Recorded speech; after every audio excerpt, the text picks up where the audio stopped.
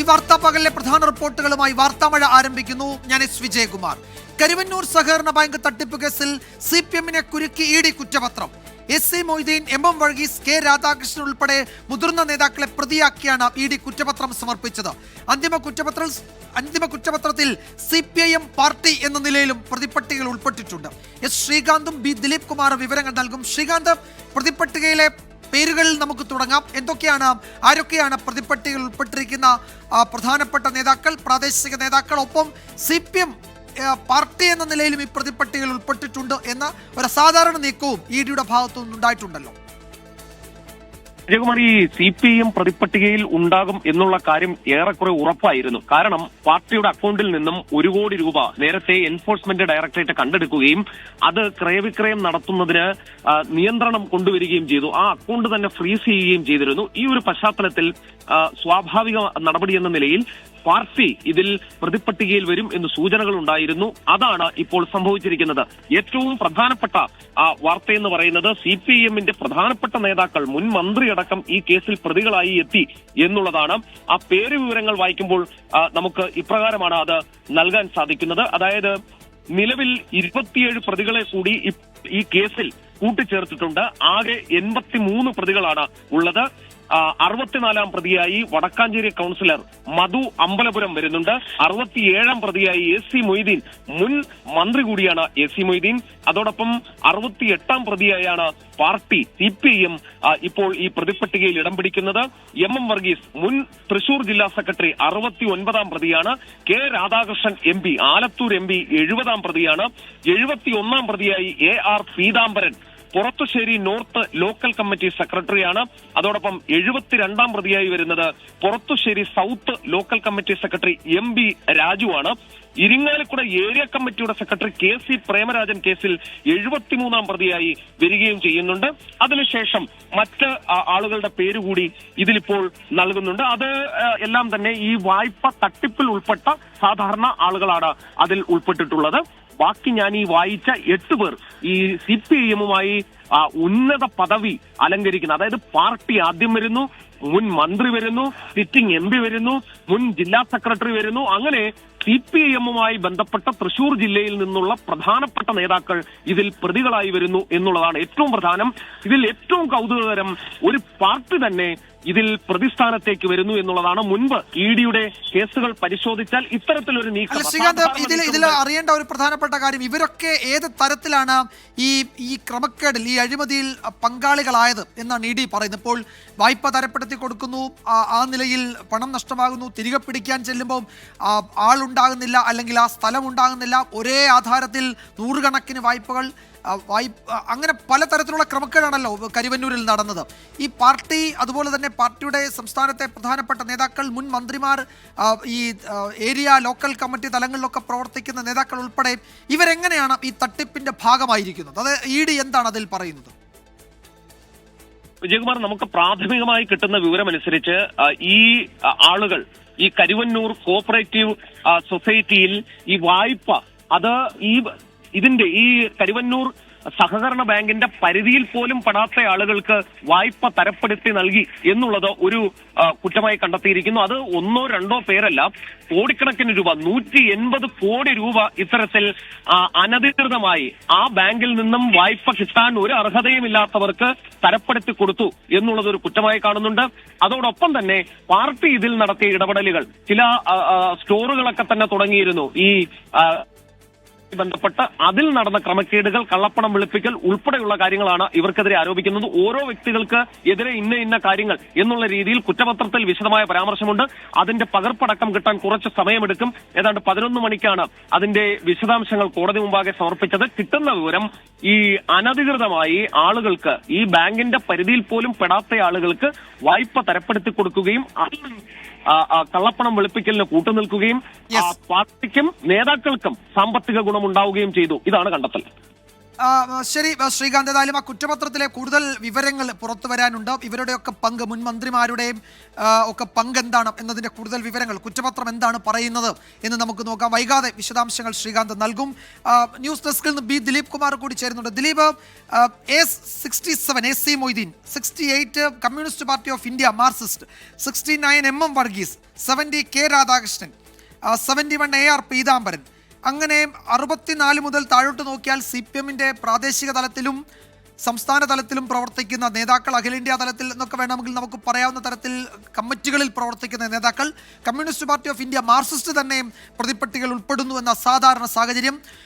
ഇത് പാർട്ടിയെ സംബന്ധിച്ച് വിശദീകരിക്കാൻ കുറച്ച് ബുദ്ധിമുട്ട്. ഇപ്പോൾ ED-ക്കെതിരെ രാഷ്ട്രീയമായ ആരോപണങ്ങൾ ഉന്നയിക്കാം, അതല്ലെങ്കിൽ ED ഉദ്യോഗസ്ഥർ കൈക്കൂലി വാങ്ങിയ കേസ് ഇവിടെ വിജിലൻസ് എടുത്തിട്ടുണ്ടെന്നൊക്കെ പറയാം. അങ്ങനെയൊക്കെ പറയുമ്പോഴും കരുവന്നൂരിൽ തട്ടിപ്പ് നടന്നിട്ടുണ്ട് എന്നത് കണ്ടെത്തിയതാണ്. അതിലെ പാർട്ടിയുടെ പങ്കാളിത്തം സംബന്ധിച്ചും ഇതിനോടകം വിവരങ്ങൾ വന്നതാണ്. അപ്പോൾ ഇതങ്ങനെ വെറുതെ ED-ക്കെതിരെ ആരോപണം ഉന്നയിച്ച് മാത്രം വിശദീകരിക്കാൻ കഴിയുമോ CPM? അതിനപ്പുറത്തേക്ക് കാര്യങ്ങൾ പോയില്ലേ ഈ കുറ്റപത്രത്തോടെ? വിജയകുമാർ, CPM-നെ സംബന്ധിച്ച് വലിയ പ്രതിരോധത്തിലാണ് ED-യുടെ കുറ്റപത്രം എന്ന കാര്യത്തിൽ യാതൊരു സംശയവുമില്ല. ED കേന്ദ്ര സർക്കാർ ഏജൻസിയാണ് എന്നതൊക്കെയുള്ള ആരോപണങ്ങൾ നേരത്തെ മുതൽ ഉന്നയിക്കുന്നെങ്കിലും ഇങ്ങനെ CPIM-നെ അടക്കം, ഒരു രാഷ്ട്രീയ പാർട്ടി എന്ന നിലയിൽ CPIM-നെ അടക്കം പ്രതിപ്പട്ടികയിൽ ചേർത്തുകൊണ്ടുള്ള കുറ്റപത്രം ഒരുപക്ഷെ കേരളത്തിൽ മുമ്പുണ്ടായിട്ടില്ല എന്നതും പ്രത്യേകതയാണ്. CPIM തന്നെ 68-ാം പ്രതിയായി ഈ കുറ്റപത്രത്തിൽ ഉണ്ട്. CPIM-ന്റെ നേതാക്കൾ, CPIM-ന്റെ തൃശ്ശൂർ ജില്ലാ സെക്രട്ടറിമാരായിരുന്ന AC മൊയ്തീൻ 67-ാം പ്രതി, 68-ാം പ്രതിയായി CPIM-നെ തന്നെ ഇതിൽ രേഖപ്പെടുത്തിയിട്ടുണ്ട്. 69-ാം പ്രതിയായി മുൻ CPIM-ന്റെ ജില്ലാ സെക്രട്ടറി MM വർഗീസ്, 70-ാം പ്രതിയായി CPIM-ന്റെ മുൻ ജില്ലാ സെക്രട്ടറിയും ഇപ്പോൾ ആലത്തൂർ MP-യുമായിട്ടുള്ള K രാധാകൃഷ്ണൻ. ഇങ്ങനെ ഈ നിലയിലുള്ള ഈ കുറ്റപത്രം CPIM-ന്റെ നേതാക്കളും CPIM എന്ന പാർട്ടിയും തന്നെ പ്രതിപ്പട്ടികയിൽ വന്നിരിക്കുന്ന ഒരു അസാധാരണമായ സാഹചര്യമാണ് ആ പാർട്ടിയെ സംബന്ധിച്ചുള്ളത്. ഈ കേന്ദ്ര ഏജൻസിയാണ് ഈ അന്വേഷണം നടത്തിയതെന്ന ആരോപണം, അത്തരമൊരു ആരോപണം ഉന്നയിക്കാമെങ്കിലും അതിൽ തട്ടിപ്പ് നടന്നിട്ടുണ്ട് എന്ന കാര്യത്തിലൊന്നും ആർക്കും ഒരു സംശയവുമുള്ള കാര്യമില്ല. കെടുകാര്യസ്ഥതയും അഴിമതിയും ആ ബാങ്കിൻ്റെ മുഖമുദ്രയായിരുന്നു എന്ന കാര്യത്തിലും യാതൊരു സംശയവുമില്ല. 180 കോടിയോളം രൂപ ഈ നേതാക്കൾ അനധികൃതമായി തട്ടിപ്പ് വഴി സമാഹരിച്ചു എന്നാണ് എൻഫോഴ്സ്മെന്റ് ഡയറക്ടറേറ്റ് കണ്ടെത്തിയിട്ടുള്ളത്. അത് CPIM നിർദ്ദേശിച്ചിട്ടുള്ള ബിനാമികൾക്ക് അവർക്ക് വായ്പകൾ നൽകുക, അതോടൊപ്പം തന്നെ ഭൂമി വാങ്ങുക, അങ്ങനെയുള്ള നിരവധി തട്ടിപ്പുകൾ എൻഫോഴ്സ്മെന്റ് ഡയറക്ടറേറ്റ് കണ്ടെത്തിയിട്ടുണ്ട്.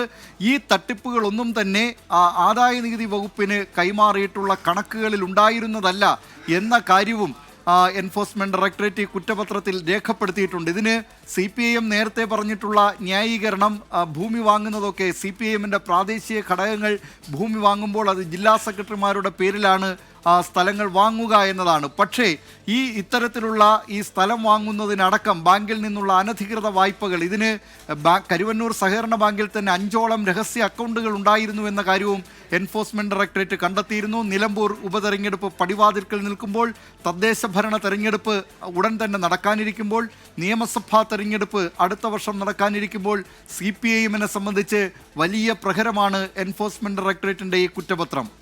വിജയകുമാർ.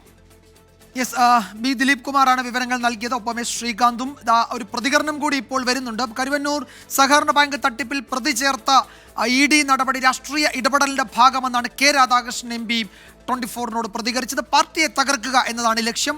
പാർട്ടിയുമായി ആലോചിച്ച് കൂടുതൽ നടപടികൾ തീരുമാനിക്കുമെന്നും K രാധാകൃഷ്ണൻ പറഞ്ഞു. കരുവന്നൂർ സഹകരണ ബാങ്ക് തട്ടിപ്പ് കേസിൽ എൻഫോഴ്സ്മെന്റ് ഡയറക്ടർ 2ാം ഘട്ട കുറ്റപത്രം സമർപ്പിച്ചിരിക്കുകയാണ്. തൃശ്ശൂരിലെ പ്രധാനപ്പെട്ട നേതാക്കളെ പ്രതി ചേർത്താണ് കുറ്റപത്രം സമർപ്പിച്ചിട്ടുള്ളത്. K രാധാകൃഷ്ണൻ MP ഉൾപ്പെടെ പ്രതി ചേർത്തുള്ള കുറ്റപത്രമാണ് ഇപ്പോൾ കലൂർ PMLA കോടതിയിൽ സമർപ്പിക്കുവാൻ പോകുന്നത്. ഈ സാഹചര്യത്തിൽ ഇപ്പോൾ K രാധാകൃഷ്ണൻ MP തന്നെ തത്സമയം 24-നോടൊപ്പം ചേരുകയാണ്. ആദ്യഘട്ടത്തിൽ സാക്ഷിയാക്കുമെന്നായിരുന്നു പറഞ്ഞത്, ഇപ്പോൾ പ്രതിയാക്കിയിരിക്കുകയാണ്. ഇത് രാഷ്ട്രീയ പ്രേരിതമാണെന്ന് ആണോ പറയുന്നത്? ഞാനിതിൻ്റെ കൃത്യമായിട്ടുള്ള വിവരം ലഭിച്ചിട്ടില്ല. കേസിലെ പ്രതിയാക്കിയിട്ടുണ്ടോ അല്ലെങ്കിൽ സാക്ഷിയാണോ എന്നുള്ള കൃത്യത എനിക്ക് വന്നിട്ടില്ല. ഇപ്പം നിങ്ങൾ പറഞ്ഞതനുസരിച്ചാണ് ഞാനത് മനസ്സിലാക്കുന്നത്. കഴിഞ്ഞ ഏപ്രിൽ 8-നാണ് എന്നെ മൊഴിയെടുക്കുന്നതിന് വേണ്ടി ED വിളിപ്പിച്ചത്. മൊഴിയെടുക്കുന്ന സമയത്ത് കൃത്യമായിട്ടുള്ള കാര്യങ്ങളെല്ലാം നമ്മൾ സത്യസന്ധമായിട്ടുള്ള കാര്യങ്ങളെല്ലാം അവർക്ക് മറുപടി കൊടുക്കുകയും ചെയ്തതാണ്. അന്ന് മാധ്യമങ്ങളുടെ പിറ്റേ ദിവസം കണ്ടു എന്നെ സാക്ഷിയാക്കുകയാണ്, പ്രതിയല്ല എന്ന് മാധ്യമങ്ങളിലൂടെ കണ്ടു. ഇപ്പോൾ വീണ്ടും പ്രതിയാക്കി എന്നുള്ള മാധ്യമങ്ങളിലൂടെയാണ് ഞാൻ അറിയുന്നത്.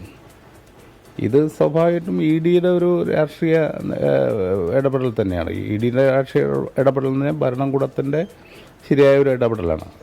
തങ്ങൾക്കെതിരായി നിൽക്കുന്ന ആളുകളെ എങ്ങനെയെങ്കിലും കള്ളക്കേസിൽപ്പെടുത്തുക, അതിന് കേന്ദ്ര അന്വേഷണ ഏജൻസികളെ ഉപയോഗപ്പെടുത്തുക എന്നുള്ളതാണ്. കൊച്ചിയിൽ ഇ ഡി ഓഫീസിൽ നിന്ന് നീണ്ട മണിക്കൂറുടെ ചോദ്യം ചെയ്യലായിരുന്നു ഉണ്ടായിരുന്ന സമയത്ത് ഭൂമി ഇടപാടുകൾ, ബാങ്ക് അക്കൗണ്ടുകൾ അടക്കം അന്ന് ഹാജരാക്കിയതുമാണ്. അപ്പം അതിനകത്ത് ഏതെങ്കിലും തരത്തിലുള്ള ഇത് സംസാരിച്ചിരുന്നോ? അത് മുന്നേ തന്നെ ഹാജരാക്കിയല്ല. അത് നമ്മൾ അന്ന് മൊഴി കൊടുക്കാൻ പോകുമ്പോഴല്ല. ഞാൻ മാർച്ച് 17 തന്നെ എൻ്റെ വീട്ടിൻ്റെ, എനിക്ക് ആകെയുള്ളത് ഈ സ്ഥലമാണ്. ഈ പിന്നെ അമ്മയുടെ ഇന്ന് ലോൺ എടുക്കാൻ വേണ്ടി വാങ്ങിയ സ്ഥലത്താണ് വീട് വെച്ചത്. കാരണം ലോൺ കിട്ടണമെങ്കിൽ എൻ്റെ സ്വന്തം പേരിൽ സ്ഥലം ഉണ്ടാകണം. അപ്പോൾ അമ്മയുടെ 26 സെൻറ്റിൽ നിന്നാണ് എൻ്റെ പേരിലേക്ക് 15 സെൻറ്റ് നൽകിയിട്ടാണ്. അതിനാണ് സർക്കാരിൽ നിന്ന് ലോൺ എടുത്തിട്ടാണ് ആദ്യം വീട് വെച്ചത്. അല്ലാതെ ഒരു തുണ്ട് ഭൂമി ഇന്ന് വരെ ഞാൻ വാങ്ങിയിട്ടില്ല, എൻ്റെ പേരിൽ വാങ്ങിയിട്ടില്ല. അല്ലെങ്കിൽ എനിക്ക് അതിൻ്റെ ആവശ്യമില്ല. എനിക്ക് ഉള്ള ഇത് തന്നെ കൂടുതലാണുള്ള തോന്നലുള്ള ആളാണ്. പിന്നെ എൻ്റെ ബാങ്ക് അക്കൗണ്ട് കൃത്യമായിട്ട് അവർക്ക് കൊടുത്തിട്ടുണ്ട്. മറ്റേ പിന്നെ നമ്മുടെ പാൻ കാർഡ്, ആധാർ കാർഡ് ഇതെല്ലാം കൊടുത്തിട്ടുണ്ട്. അതെല്ലാം പരിശോധിച്ചതിന് ശേഷം എന്നോട് പറഞ്ഞാൽ ഒന്നും കിട്ടാനില്ല. അതിൻ്റെ അപ്പുറത്ത് പറഞ്ഞ കാര്യമുണ്ട്, അത് ഞാനിപ്പോൾ പറയുന്നില്ല. അപ്പോൾ അത്തരം കാര്യങ്ങളെല്ലാം കൃത്യമായി ബോധ്യപ്പെട്ടതിൻ്റെ അടിസ്ഥാനത്തിലാണ് എന്നോട് ചോദ്യം ചെയ്യൽ അല്ലെങ്കിൽ മൊഴിയെടുക്കൽ അവസാനിപ്പിച്ചു. ഇനി വിളിക്കേണ്ട ആവശ്യമില്ല എന്നും അവർ പറഞ്ഞ് ഞങ്ങൾക്ക് എല്ലാം ബോധ്യപ്പെട്ടു. തികച്ചും രാഷ്ട്രീയ പ്രേരിതമായ നീക്കമെന്നാണ് കെ രാധാകൃഷ്ണൻ എം പി വ്യക്തമാക്കുന്നത്. പാർട്ടിയെ തകർക്കുക എന്ന ലക്ഷ്യം മാത്രമാണുള്ളത്. ഇ ഡിക്കെതിരെ നിരന്തരമായ ആരോപണങ്ങൾ ഉയർന്ന പശ്ചാത്തലത്തിലൊപ്പം തന്നെ നിലമ്പൂർ ഉപതെരഞ്ഞെടുപ്പ് ഉൾപ്പെടെ പ്രഖ്യാപിക്കുന്ന ഈ പശ്ചാത്തലത്തിൽ രാഷ്ട്രീയമായി തന്നെ നേരിടാൻ തന്നെയാണ് തീരുമാനിച്ചിരിക്കുന്നത്. പാർട്ടിയുമായി ആലോചിച്ച് കൂടുതൽ നടപടികൾ സ്വീകരിക്കുമെന്നും കെ രാധാകൃഷ്ണൻ എം പി വ്യക്തമാക്കിയിരിക്കുകയാണ്. തൃശ്ശൂരിൽ നിന്ന് ബിനേഷ് ബാബുരാജിനൊപ്പം YS അഭിനന്ദ്, 24.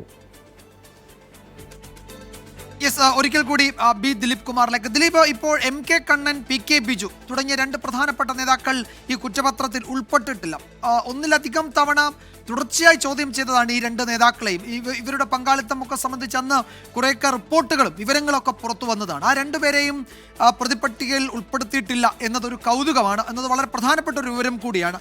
ഒരുപക്ഷെ അവരുടെ റോളൊക്കെ എന്താണ്, എന്തുകൊണ്ടാണ് അവർ ഇത്രയും മണിക്കൂറുകൾ അവർക്ക് ചോദ്യം ചെയ്യലിന് ഹാജരാകേണ്ടി വന്നത് എന്നൊന്നും നമുക്കറിയില്ല.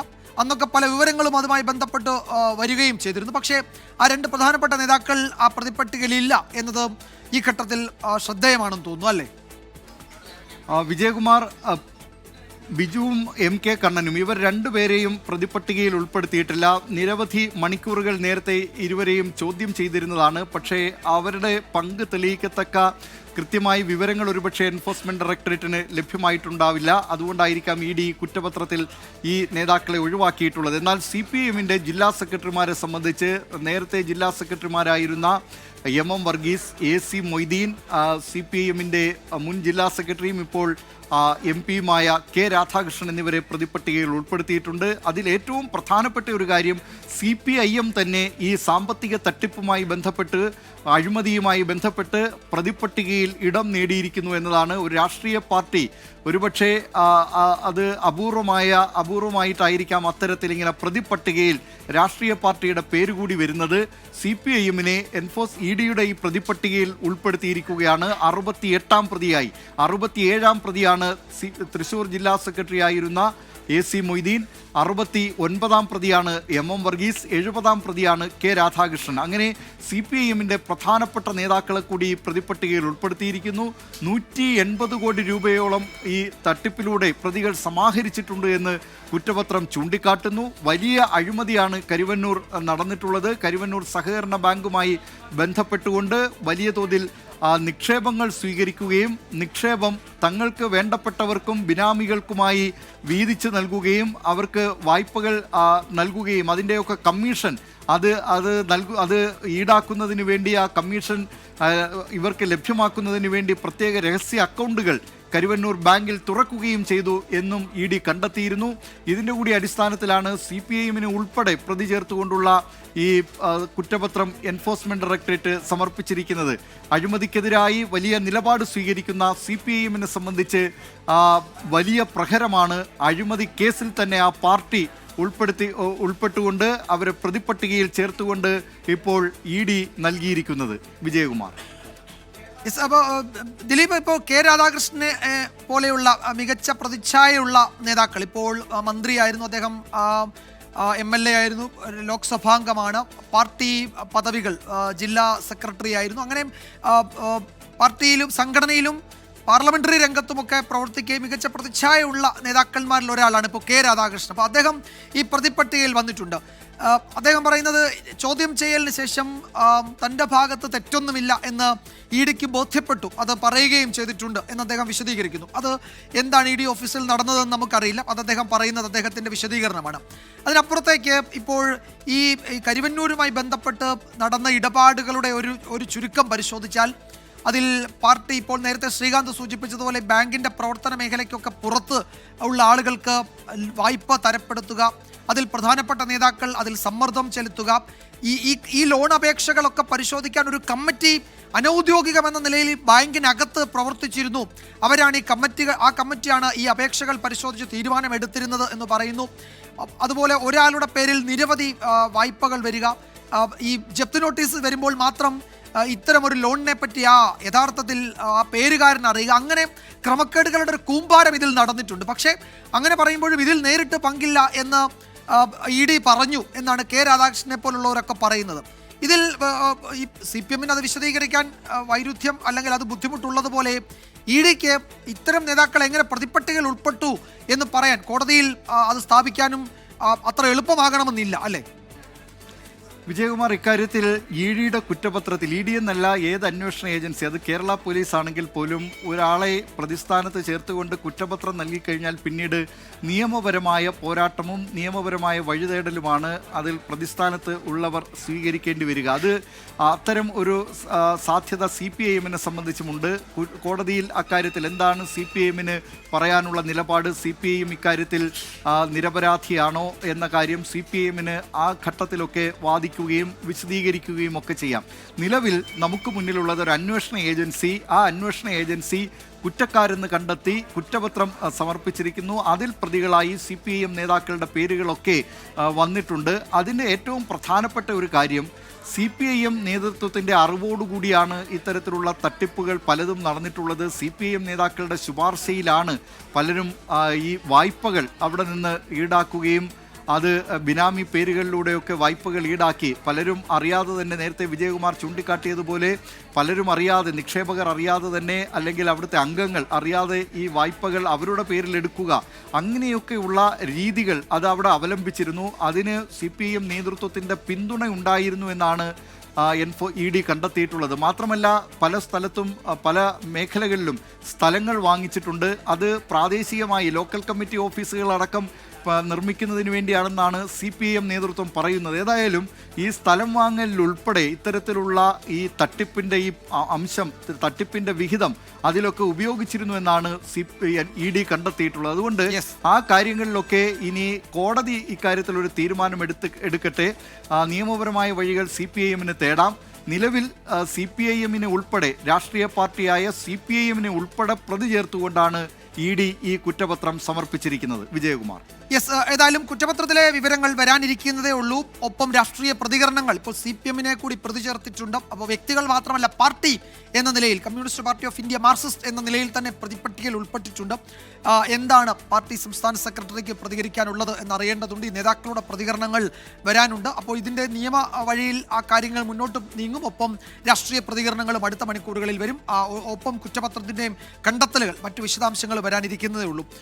സംസ്ഥാനത്ത് 11 ജില്ലകളിൽ റെഡ് അലർട്ട് തുടരും എന്ന് കാലാവസ്ഥാ വകുപ്പ് അറിയിക്കുന്നുണ്ട്. തിരുവനന്തപുരം, കൊല്ലം, ആലപ്പുഴ ജില്ലകളിൽ ഓറഞ്ച് അലേർട്ടാണ്. നാളെ കോഴിക്കോട്, വയനാട്, കണ്ണൂർ ജില്ലകളിൽ വടക്കൻ കേരളത്തിൽ റെഡ് അലർട്ട് ഉണ്ട് എന്നൊരു വിവരം ഇപ്പോൾ വരുന്നുണ്ട്. അതുപോലെ ഈ സ്ഥാനാർത്ഥി നിർണയത്തിൽ നിലമ്പൂരിലെ സ്ഥാനാർത്ഥി നിർണയത്തിൽ അതൃപ്തിയുണ്ട് PV അൻവറിന് എന്ന് നമ്മൾ തുടർച്ചയായി വിവരങ്ങൾ നൽകുന്നുണ്ടായിരുന്നല്ലോ. അതിൽ തൃണമൂൽ കോൺഗ്രസിന്റെ ഒരു യോഗം അൻവർ ഇപ്പോൾ വിളിച്ചു ചേർക്കുന്നുണ്ട്. വൈകിട്ടാണ് യോഗം ചേരുന്നത്. അപ്പോൾ സ്വന്തം നിലയിൽ മത്സരിക്കണമോ എന്നതടക്കമുള്ള ചർച്ചകൾ ആ യോഗത്തിൽ ഉണ്ടാകും എന്ന വിവരം കൂടി ഇപ്പോൾ ഞങ്ങളുടെ നിലമ്പൂർ ബ്യൂറോ അപ്ഡേറ്റ് ചെയ്യുന്നുണ്ട്. നമ്മൾ നിലമ്പൂരിലേക്ക് പോകുന്നതിന് മുമ്പ് ഒരു പ്രധാനപ്പെട്ട വാർത്ത കൂടി ഇപ്പോൾ വരുന്നുണ്ട്. അത് സൗദി ജയിലിൽ കഴിയുന്ന കോഴിക്കോട് ഫറൂഖ് സ്വദേശി അബ്ദുൾ റഹീമിന്റെ മോചന കാര്യത്തിൽ ചില പ്രധാനപ്പെട്ട തീരുമാനങ്ങൾ ഇപ്പോൾ ഉണ്ടായിട്ടുണ്ട്. പൊതു അവകാശ നിയമപ്രകാരം 20 വർഷത്തെ തടവിന് കോടതി ശിക്ഷ വിധിച്ചിട്ടുണ്ട്. നിലവിൽ ശിക്ഷ അനുഭവിച്ച ആ കാലാവധി കഴിഞ്ഞതിനാൽ മാസങ്ങൾക്കകം റഹീമിന് പുറത്തിറങ്ങാൻ കഴിയും എന്ന വിവരമാണ് ഇപ്പോൾ വരുന്നത്. ഈ വധശിക്ഷ വിധിച്ചിരുന്ന കേസിൽ ദയാധനം നൽകി സ്വകാര്യ അവകാശ പ്രകാരം കുടുംബം മാപ്പ് നൽകിയിരുന്നതിൻ്റെ അടിസ്ഥാനത്തിൽ ആ വധശിക്ഷ വിധി കോടതി റദ്ദാക്കിയിരുന്നു. ഇനിയിപ്പോൾ നിലവിൽ ശിക്ഷ അനുഭവിച്ച കാലാവധി കഴിഞ്ഞു, മാസങ്ങൾക്കകം റഹീമിന് പുറത്തിറങ്ങാൻ കഴിയും. അപ്പോൾ ഇനി എന്തൊക്കെയാണ് നീക്കങ്ങൾ എന്നാണ് നമുക്ക് നോക്കേണ്ടത്. ജലീൽ കണ്ണമംഗലം വിവരങ്ങളുമായി ചേരുന്നു. ജലീൽ, എന്താണ് ഇന്നത്തെ കോടതി നടപടികളുടെ ചുരുക്കം? ഈ റഹീമിന്റെ മോചനം എന്നത് ഉടൻ ഉണ്ടാകും എന്നാണോ നമ്മൾ കരുതേണ്ടത്, അതോ അതിനിയും വീണ്ടും നിയമപരമായ പോരാട്ടം അതിലൂടെ പോകണം എന്നാണോ? എന്താണ് അതിന്റെ ചുരുക്കം? വിജയകുമാർ, അബ്ദുറഹീം കേസുമായി ബന്ധപ്പെട്ട് വളരെ നിർണായകമായ ഒരു വിധിയാണ് ഇപ്പോൾ റിയാദിലെ ക്രിമിനൽ കോടതിയിൽ നിന്നും ഉണ്ടായിരിക്കുന്നത്. താമസിയാതെ അബ്ദുറഹീമിന് ജയിൽ മോചിതനാകാൻ സാധിക്കും എന്നാണ് പ്രതീക്ഷ. 20 വർഷത്തെ തടവ് ശിക്ഷയാണ് ഈ പൊതു അവകാശ കേസിൽ റിയാദിലെ കോടതി വിധിച്ചിരിക്കുന്നത്.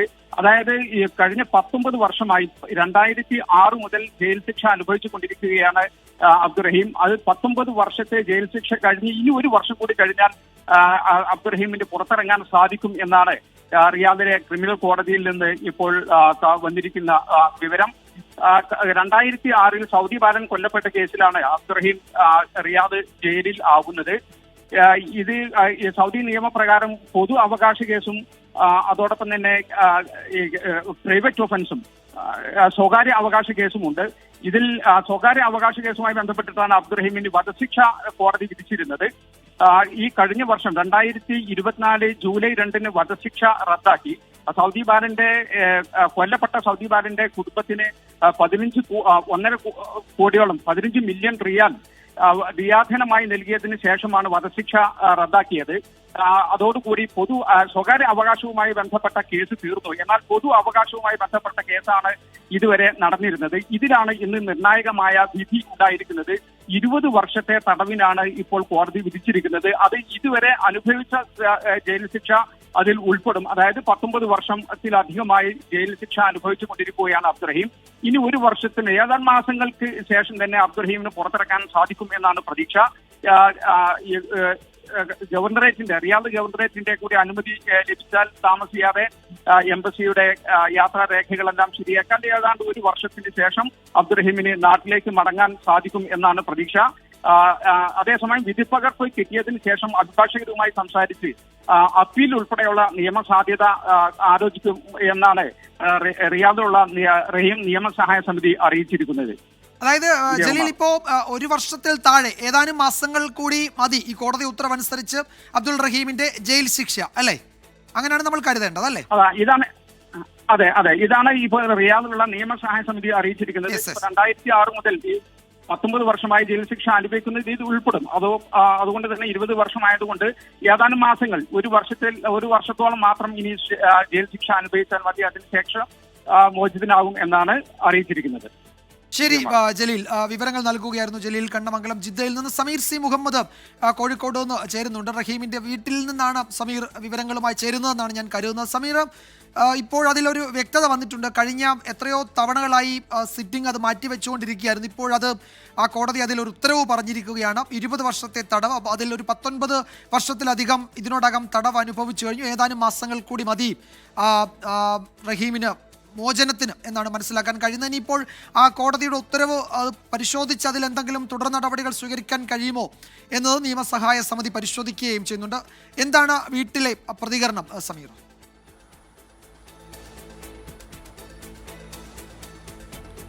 വിജയകുമാർ സൂചിപ്പിച്ചതുപോലെയാണ് ഇത് 13ാം തവണയാണ് കേസ് കോടതി പരിഗണിക്കുന്നത്. ദയാധനം സ്വീകരിച്ചുകൊണ്ട് വധശിക്ഷ റദ്ദാക്കിയെങ്കിലും മോചന ഹർജിയുമായി ബന്ധപ്പെട്ട് വലിയ ആശങ്ക നിലനിന്നിരുന്നു. അത് ഇത്ര ഏറെ തവണ അത് മാറ്റിവെക്കുമ്പോഴും എന്തുകൊണ്ട് ഇത് മാറ്റിവെക്കുന്നു എന്നത് സംബന്ധിച്ചുള്ള ഒരു അവ്യക്തതയും നിലനിന്നിരുന്നു. ഏതായാലും ഇപ്പോൾ ആ വിഷയത്തിൽ ഒരു തീരുമാനം വന്നിരിക്കുകയാണ്. 20 വർഷത്തെ തടവ് ശിക്ഷ അനുഭവിച്ചാൽ മോചനം സാധ്യമാകും എന്നുള്ള വിധിയാണ് വന്നിരിക്കുന്നത്. അതിനോട് റഹീമിൻ്റെ സഹോദരൻ നസീറുമായി നമ്മൾ സംസാരിച്ചിരുന്നു. ആ വേളയിൽ പറഞ്ഞത് ഏതായാലും കാത്തിരിപ്പിന് ഒരു അറുതിയാകുന്നു എന്നതിൽ ആശ്വാസമുണ്ട്. കഴിഞ്ഞ 12 തവണയും ഒരു വിധത്തിലും ഇതിൻ്റെ നടപടികൾ പൂർത്തീകരിക്കാതെ കേസ് ഫയൽ മാറ്റിവെക്കുന്ന സാഹചര്യമുണ്ടായി. അത് അല്ല ഇന്ന് ഉണ്ടായത്. അതിലൊരു ആശ്വാസമുണ്ട്. മാത്രമല്ല ഇപ്പോൾ ഈ 19 വർഷം തടവ് ശിക്ഷ അനുഭവിച്ച സാഹചര്യത്തിൽ ഇനി ഏതാനും മാസങ്ങൾ കൂടി കഴിഞ്ഞാൽ കൂടപ്പിറപ്പിനെ നാട്ടിലെത്തിക്കാൻ കഴിയും എന്നുള്ള ഒരു പ്രതീക്ഷയാണ് നസീർ പങ്കുവച്ചത്, റഹീമിൻ്റെ സഹോദരൻ പങ്കുവച്ചത്. ഒപ്പം തന്നെ ഇതുമായി ബന്ധപ്പെട്ട് റഹീമിൻ്റെ സഹോദരനായിട്ടുള്ള നസീറും അതുപോലെ ഉമ്മ ഫാത്തിമയും മാധ്യമങ്ങളെ കാണും എന്ന കാര്യം അറിയിച്ചിരിക്കുന്നു. നമുക്കറിയാം ഇപ്പോൾ ഈ 19 വർഷമായി അബ്ദുൾ റഹീം ജയിലിൽ കഴിയുകയാണ്.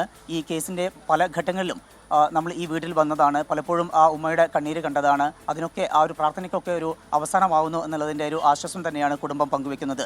2006 ഇത്തരമൊരു സംഭവം ഉണ്ടായത്. ഈ കേസിന് ഇടയായിട്ടുള്ള ഒരു സാഹചര്യം ഉണ്ടായത്. സൗദി ബാലനായിട്ടുള്ള അനസ് എന്ന കുട്ടി ജന്മനാ ശാരീരിക വൈകല്യങ്ങളുള്ള കുട്ടിയാണ്. ആ കുട്ടിയുടെ യന്ത്രങ്ങളിലൂടെയായിരുന്നു ആ കുട്ടിക്ക് ഭക്ഷണം നൽകിയിരുന്നതും. യാത്രാവേളയിൽ അബ്ദുൾ റഹീമിൻ്റെ കൈ തട്ടുകയും ആ യന്ത്രം വീണു പോകുന്നു. പിന്നീട് ആ കുട്ടിക്ക് മരണം സംഭവിച്ചു. അതുമായി ബന്ധപ്പെട്ടാണ് കേസുണ്ടാവുകയും പിന്നീട് ഈ 19 വർഷമായി അബ്ദുൾ റഹീം ജയിലിൽ കഴിയുകയും ചെയ്യുന്ന ഒരു സാഹചര്യം ഉണ്ടായത്.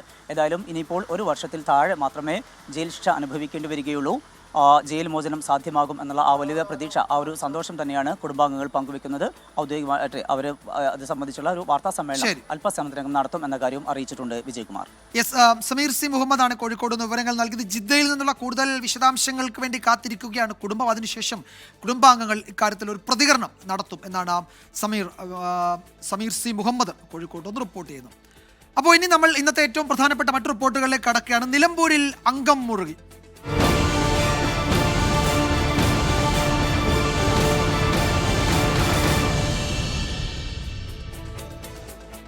നിലമ്പൂർ ഉപതെരഞ്ഞെടുപ്പിൽ ആര്യാടൻ ഷൗക്കത്തിനെ UDF സ്ഥാനാർത്ഥിയാക്കുന്നതിൽ ഇടഞ്ഞ് PV അൻവർ. ആര്യാടൻ ഷൗക്കത്തിനെ സ്ഥാനാർത്ഥിയാക്കിയാൽ മത്സരിക്കാനും തയ്യാറെന്ന നിലപാടിലേക്ക് അൻവർ എത്തിയിട്ടുണ്ട് എന്നാണ് സൂചന. UDF സ്ഥാനാർത്ഥി വരട്ടെ, സ്ഥാനാർത്ഥിയോടൊപ്പം ഉണ്ടാകുമോ എന്ന് അതിനുശേഷം ആലോചിക്കാമെന്നായിരുന്നു അൻവറിന്റെ പ്രതികരണം. നിലമ്പൂർ ഉപതെരഞ്ഞെടുപ്പിൽ UDF സ്ഥാനാർത്ഥി ആര് എന്ന ചോദ്യത്തിന് നേതൃത്വം ആര്യാടൻ ഷൗക്കത്തിന്റെ പേരിലേക്ക് എത്തിയ സമയത്താണ് PV അൻവർ അതൃപ്തി പരസ്യമാക്കുന്നത്. സ്ഥാനാർത്ഥിയായി ഏത് ചെകുത്താനെയും പിന്തുണയ്ക്കുമെന്ന് ഇന്നലെ പറഞ്ഞ അൻവർ ഇന്ന് തിരുത്തി നല്ല ചെകുത്താനാകണമെന്ന് പ്രതികരണം. ചെകുത്താനാണെന്നുണ്ടെങ്കിൽ ഈ എന്താ പറയുക, നല്ല ചെകുത്താനാണ്. ചെകുത്തന്മാരുടെ കൂട്ടത്തിൽ ഞങ്ങൾ ഇസ്ലാമിക വിശ്വാസ പ്രകാരം നല്ല ചെകുത്താനുണ്ട്, ജിന്നുകൾ എന്ന് പറയുന്നത്. നിങ്ങൾക്ക് ചെകുത്താൻ എന്ന് പറഞ്ഞാലേ മനസ്സിലാവും. അപ്പം അതിൽ നല്ല ജിന്നുകളുണ്ട്. ആര് സ്ഥാനാർത്ഥിയായാലും കൂടെയുണ്ടാകുമോ എന്ന ചോദ്യത്തിന് മറുപടി ഇങ്ങനെ: അല്ല, ഞാൻ പിന്തുണയില്ലല്ലോ. നമ്മൾ പിണറായിസത്തെ തോൽപ്പിക്കാൻ പറ്റുന്ന ഒരു സ്ഥാനാർത്ഥി അവിടെ ആവണം. ഷൗക്കത്തിന് നിലമ്പൂരിൽ കടുത്ത എതിർപ്പുണ്ടെന്ന പക്ഷമാണ് അൻവർ ഉയർത്തുന്നത്.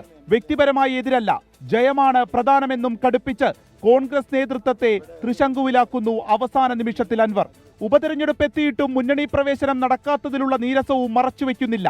എന്നാൽ അൻവറിന്റെ ഇപ്പോഴത്തെ നിലപാട് സമ്മർദ്ദ തന്ത്രം എന്നതാണ് UDF നേതാക്കളുടെ വിലയിരുത്തൽ.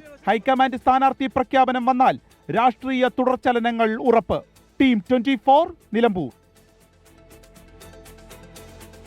ഉപതെരഞ്ഞെടുപ്പിനുള്ള UDF സ്ഥാനാർത്ഥി നിർണയത്തിനായി എറണാകുളത്ത് കോൺഗ്രസിന്റെ നിർണായക യോഗം ഇപ്പോഴും തുടരുകയാണ്. PV അൻവറിന്റെ മുന്നണി പ്രവേശനം ഉൾപ്പെടെ ഈ യോഗം ചർച്ച ചെയ്യുന്നുണ്ട് എന്നാണ് ഞങ്ങളുടെ ബ്യൂറോ റിപ്പോർട്ട് ചെയ്യുന്നത്. PV അൻവർ അവസരം മുതലെടുക്കുകയാണ് എന്ന വിമർശനം ഒരു വിഭാഗം നേതാക്കൾ ഉയർത്തുന്നുണ്ട്. B ദിലീപ് കുമാറും വിപിൻ C വിജയനും നിതിൻ അംബുജനും വിവരങ്ങൾ നൽകും.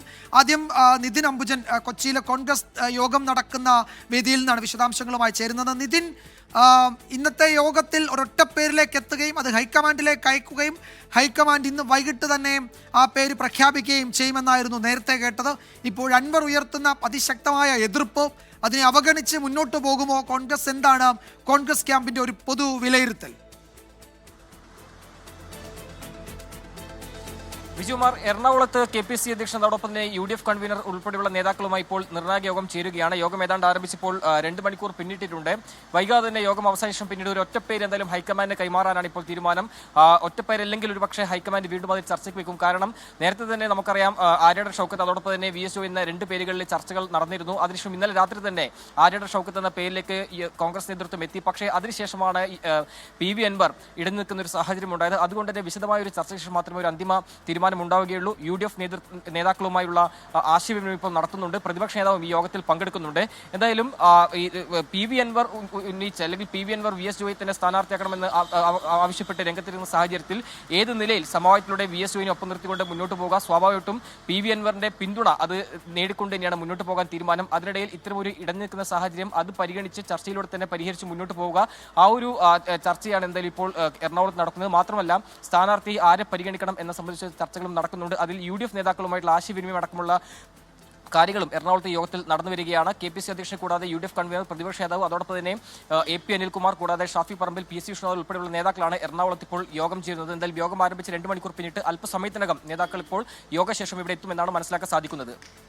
യെസ്, അല്പസമയത്തിനകം ഒരു പക്ഷേ യോഗത്തിന് ശേഷം നേതാക്കൾ പുറത്തിറങ്ങുകയും എന്തെങ്കിലുമൊക്കെ പ്രതികരണങ്ങൾ നടത്താൻ പറ്റുമോ എന്നറിയില്ല. കാരണം തീരുമാനം ഹൈക്കമാൻഡാണ് എടുക്കേണ്ടത്. ഒറ്റ പേരിലേക്ക് എത്തിയിട്ടുണ്ടോ എന്നതാണ് അറിയേണ്ടത്. ന്യൂസ് ഡെസ്കിൽ നിന്ന് B ദിലീപ് കുമാർ ചേരുന്നു. ദിലീപ്, ഇപ്പോൾ അൻവറിൻ്റെ ഈ പറയുന്നത് ഒരുതരം സമ്മർദ്ദ തന്ത്രമാണ് എന്നത് എല്ലാവർക്കും അറിയാം. കാരണം ഈ ഘട്ടത്തിൽ എന്താണ് ഇനി UDFന്റെ ഭാഗമാകാൻ പറ്റുമോ എന്നതടക്കം അൻവർ പരിശോധിക്കുന്നുണ്ട്. അതിന് ഇപ്പോഴത്തെ ഈ ഉപതെരഞ്ഞെടുപ്പിൻ്റെ ഈ രാഷ്ട്രീയ പരിസരം ഉപയോഗിക്കാൻ അദ്ദേഹം ശ്രമിക്കുന്നുണ്ടാകാം. അതിൻ്റെ സാധ്യതയും ശക്തമാണ്. പക്ഷേ ആര്യാടൻ ഷൗക്കത്ത് എന്ന നിലയിലേക്ക് കോൺഗ്രസ് നേതാക്കൾ എത്തിയെടുത്തു നിന്ന് അതിൽ നിന്നൊരു മാറ്റം ഉണ്ടാക്കാൻ അൻവറിൻ്റെ ഈ സമ്മർദ്ദതന്ത്രം കാരണമാകുമോ? മാറി ചിന്തിക്കാൻ കോൺഗ്രസ് തയ്യാറാകുമോ? അതോ അൻവറിനെ അനുനയിപ്പിച്ച് മറ്റ് ഈ പറയുന്ന ഘടകകക്ഷി സ്ഥാനമൊക്കെ നൽകി ആ മട്ടിൽ അനുനയിപ്പിച്ച് ഒപ്പം ചേർത്ത് ആര്യാടൻ ഷൗക്കത്തിനെ മത്സരിപ്പിക്കലായിരിക്കില്ലേ കോൺഗ്രസ് ഉദ്ദേശിക്കുന്നത്? അതിനപ്പുറത്തേക്ക് കോൺഗ്രസ് ചിന്തിക്കുമോ? എന്ത് കരുതാം ഈ ഘട്ടത്തിൽ? വിജയകുമാർ, PV അൻവറിൻ്റേത് രാഷ്ട്രീയ സമ്മർദ്ദ തന്ത്രമായാണ് UDF നേതാക്കൾ വിലയിരുത്തുന്നത്. കോൺഗ്രസ് നേതാക്കളുടെ വിലയിരുത്തലും ഇതുതന്നെയാണ്. PV അൻവറിനെ UDFൽ ഘടകകക്ഷിയാക്കുക. അദ്ദേഹത്തിൻ്റെ പാർട്ടി ഇപ്പോൾ തൃണമൂൽ കോൺഗ്രസ് ആണ്. തൃണമൂൽ കോൺഗ്രസിനെ UDFൽ ഘടകകക്ഷിയാക്കുക എന്നതാണ് ഇപ്പോൾ ഏറ്റവും പ്രധാനപ്പെട്ട ഒരു ആവശ്യമെന്ന നിലയിൽ PV അൻവറിൻ്റെ ഭാഗത്ത് നിന്ന് ഉയർന്നു വരുന്ന നിർദ്ദേശം. നേരത്തെ മുതൽ തന്നെ അദ്ദേഹം ആര്യാടൻ ഷൗക്കത്തിൻ്റെ സ്ഥാനാർത്ഥിത്വത്തെ എതിർക്കുന്നയാളാണ്. 2016 ആര്യാടൻ ഷൗക്കത്തിനെ നിലമ്പൂരിൽ പരാജയപ്പെടുത്തിയ ആളുമാണ് PV അൻവർ. ഇത്തവണ ഇടതുമുന്നണിയിൽ നിന്ന് മാറി UDFനൊപ്പം ചേരുന്നതിന് മുന്നോടിയായി PV അൻവർ പറഞ്ഞിരുന്നത് ഉപതെരഞ്ഞെടുപ്പ് വരുമ്പോൾ അവിടെ സ്ഥാനാർത്ഥിയായി VS Joy, Malappuram DCC president, അദ്ദേഹം വരുന്നതാണ് നല്ലത് എന്നായിരുന്നു. അങ്ങനെ ഈ ആര്യാടൻ ഷൗക്കത്തിനോടുള്ള എതിർപ്പ് അദ്ദേഹം പലപ്പോഴും പരസ്യമാക്കിയിട്ടുള്ള ആളുമാണ് PV അൻവർ. പക്ഷേ കോൺഗ്രസ് ആണ് അവിടെ സ്ഥാനാർത്ഥിയെ തീരുമാനിക്കേണ്ടത്. കോൺഗ്രസിൻ്റെ മണ്ഡലമാണ്. കോൺഗ്രസ് ആര്യാടൻ ഷൗക്കത്ത് എന്ന ആ ഒരു പേരിലേക്ക് എത്തുകയാണെങ്കിൽ PV അൻവറിനെ സംബന്ധിച്ച് PV അൻവറിൻ്റെ രാഷ്ട്രീയ ഭാവി സംബന്ധിച്ച കാര്യം ഒരുപക്ഷെ അദ്ദേഹം വിലയിരുത്തുന്നുണ്ടാകാം. അതുകൊണ്ടുകൂടി തന്നെയാണ് അവിടെ മത്സരിക്കുന്നതിനുള്ള സാധ്യത. അതായത് അടുത്ത നിയമസഭാ തെരഞ്ഞെടുപ്പ് 2026 നടക്കേണ്ടത്. VS ജോയിയാണ് നിലമ്പൂരിൽ സ്ഥാനാർത്ഥിയെങ്കിൽ ഒരുപക്ഷെ 2026 നിയമസഭാ തെരഞ്ഞെടുപ്പിൽ അവിടെ മത്സരിക്കണമെന്ന അവകാശവാദം തനിക്ക് ഉന്നയിക്കാൻ കഴിഞ്ഞേക്കും. എന്നാൽ ആര്യാടൻ ഷൗക്കത്താണെങ്കിൽ, നേരത്തെ അദ്ദേഹത്തിൻ്റെ പിതാവ് ആര്യാടൻ മുഹമ്മദ് 3 പതിറ്റാണ്ടോളം അവിടെ തുടർച്ചയായി MLA ആയിരുന്നു. അതുകൊണ്ട് ആര്യാടൻ ഷൗക്കത്ത് ഇത്തവണ 2026 ആകുമ്പോൾ മണ്ഡലം ഒഴിഞ്ഞു കൊടുത്തില്ലെങ്കിലോ എന്ന ഒരു ആശങ്ക കൂടി PV അൻവറിനുണ്ടാകാം. പക്ഷേ ഇപ്പോൾ ഈ അവസരത്തിൽ UDFൻ്റെ ഘടകകക്ഷിയാകുക എന്നതാണ് ഏറ്റവും പ്രധാനപ്പെട്ട കാര്യം. ആ കാര്യം ഈ സമ്മർദ്ദത്തിലൂടെ, ആര്യാടൻ ഷൗക്കത്തിനെതിരായ ഒരു സമ്മർദ്ദ തന്ത്രത്തിലൂടെ ഘടകകക്ഷിയാക്കുക എന്ന ഒരു നിലപാട് അത് അംഗീകരിപ്പിക്കുക എന്നതിലേക്ക് എത്തിക്കുക എന്നതാണ് PV അൻവർ ഇപ്പോൾ സ്വീകരിച്ചിട്ടുള്ള തന്ത്രം എന്നാണ് പൊതുവെ UDF നേതാക്കൾ വിലയിരുത്തുന്നത്. യെസ്, അത് തന്നെയാണ് ഈ ഘട്ടത്തിൽ ഒരു UDFന്റെ ഭാഗമാകാൻ. നേരത്തെ അൻവറിനോട് അസോസിയേറ്റ് ചെയ്യാൻ തീരുമാനിച്ചിട്ടുണ്ടല്ലോ മുന്നണിയുമായി എന്ന് ചോദിക്കുമ്പോൾ അൻവർ പറയുന്ന മറുപടി, അസോസിയേറ്റ് ചെയ്യാൻ ആര് തീരുമാനിച്ചിട്ടുണ്ട്, ആരാണ്? അപ്പോൾ ബസ്സിൻ്റെ ഫുട്ബോളിൽ നിന്ന് യാത്ര ചെയ്യാൻ പോലും എനിക്ക് അനുവാദമില്ലല്ലോ എന്നാണ് PV അൻവർ പറയുന്നത്. അപ്പോൾ ആ സാഹചര്യം മാറി മുന്നണിയുടെ ഭാഗമാകാൻ PV അൻവർ ശ്രമിക്കുന്നു. അതിന് ഈ അവസരം ഉപയോഗിക്കുന്നു എന്ന് വേണം നമുക്ക് ഒരു ഘട്ടത്തിൽ കരുതാൻ.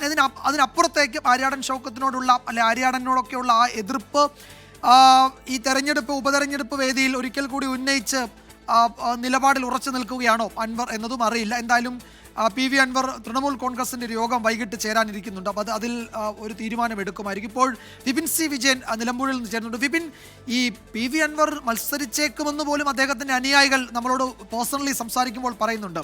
അദ്ദേഹം മത്സരിക്കാൻ തയ്യാറെടുക്കുന്നുണ്ട് എന്ന് പറയുന്നുണ്ട്. അതൊക്കെ സമ്മർദ്ദത്തിൻ്റെ ഭാഗങ്ങളാകാം എന്ന് ആ മട്ടിൽ തന്നെ കരുതാം. UDF-നെ സംബന്ധിച്ച് തെരഞ്ഞെടുപ്പ് പ്രഖ്യാപിക്കുന്നതിന് തൊട്ട് മുമ്പ് മിനിറ്റ് വരെ വലിയ ആത്മവിശ്വാസത്തിലായിരുന്നു. പക്ഷേ തെരഞ്ഞെടുപ്പ് പ്രഖ്യാപനത്തോടെ അപ്രതീക്ഷിതമായി എന്തോ ചില തിരിച്ചടി സമ്മർദ്ദമൊക്കെ മുന്നണി നേരിടുന്നു. എങ്ങനെയായിരിക്കും UDF-ന്റെ നീക്കങ്ങൾ? എന്താണ് നമ്മൾ കരുതേണ്ടത്? ഇടതുമുന്നണി UDF-ൽ എന്ത് നടക്കുന്നു എന്ന് നോക്കി തീരുമാനമെടുക്കാൻ കാത്തിരിക്കുകയാണല്ലോ, അല്ലേ?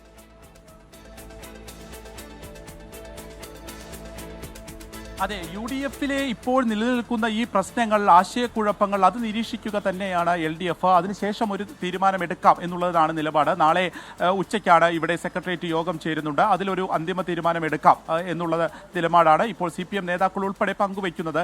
ഒരു അപ്രതീക്ഷിതമായിട്ടുള്ള ഒരു സ്വതന്ത്രനെ ഒരു പക്ഷേ UDF-ൽ നിന്ന് കിട്ടുമോ എന്നുള്ള ഇതിനു മുൻപൊക്കെയുള്ള ചർച്ചകൾ ഉണ്ടായിരുന്നു. അതിപ്പോഴും കൈവിടാനായിട്ടില്ല എന്നുള്ളത് ചില നേതാക്കൾ തന്നെ അത് പങ്കുവയ്ക്കുന്നുണ്ട്. കാരണം അത്രത്തോളം ഒരു പ്രശ്നം അതിൻ്റെ അവസാന ഘട്ടത്തിലേക്ക് എത്തുമ്പോൾ UDF-ന്റെ അണിയറയിൽ നടക്കുന്നു എന്നുള്ളതാണ് മനസ്സിലാക്കുന്നത്. കാരണം രണ്ട് പേരുകളിൽ അരിടൻ ഷൗക്കത്ത് എന്ന് പറഞ്ഞ സ്ഥലത്തിൽ നിന്ന് ഇപ്പോൾ അതൊരു ട്വിസ്റ്റിലേക്ക് പോകുന്നു, അല്ലെങ്കിൽ PV അൻവർ അത്തരത്തിലൊരു ഉടക്ക് മുന്നോട്ട് വയ്ക്കുന്നു എന്നുള്ളതാണ്.